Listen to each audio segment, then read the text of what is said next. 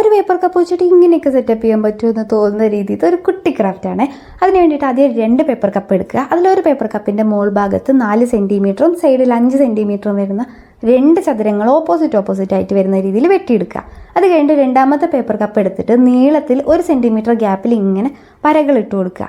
എന്നിട്ട് ഒരു വരേൻ്റെ മുകളിൽ കട്ട് ചെയ്തിട്ട് അത് അടുത്ത വരേൻ്റെ മുകളിലേക്ക് മടക്കി വെക്കുന്ന രീതിയിൽ ഈ വീഡിയോയിൽ കാണിച്ചിട്ടുണ്ട്. അത് വ്യക്തമായിട്ട് നിങ്ങൾ നോക്കണേ.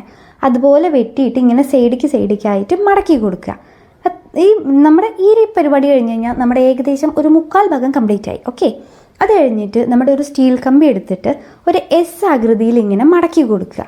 എന്നിട്ട് ഈ പേപ്പർ കപ്പ് അടിയിൽ വലിയ സ്ക്വയർ വെട്ടിയില്ലേ, ആ പേപ്പർ കപ്പിൻ്റെ മുകളിൽ ഗ്ലൂ ഗൺ വെച്ചിട്ട് ഈ കമ്പി അതിൻ്റെ മുകളിൽ അറ്റാച്ച് ചെയ്ത് കൊടുക്കുക. പിന്നെ ഒരു വൃത്തിയായിട്ട് തോന്നുകയാണെങ്കിൽ ഒരു വാഷി ടേപ്പ് കൂടെ അതിൻ്റെ കൂടെ ഒട്ടിച്ചു കൊടുക്കുക. എന്നിട്ട് ഈ മുകളിലത്തെ കമ്പിയിൽ നമ്മൾ ഈ ചെറിയ ചതുരങ്ങൾ വെട്ടിയില്ലേ, ആ കപ്പും കൂടെ വെച്ച് കൊടുക്കുക. എന്നിട്ടൊരു ചെറിയ മെഴുകുതിരിയും കൂടെ വയ്ക്കുക. അത്രയും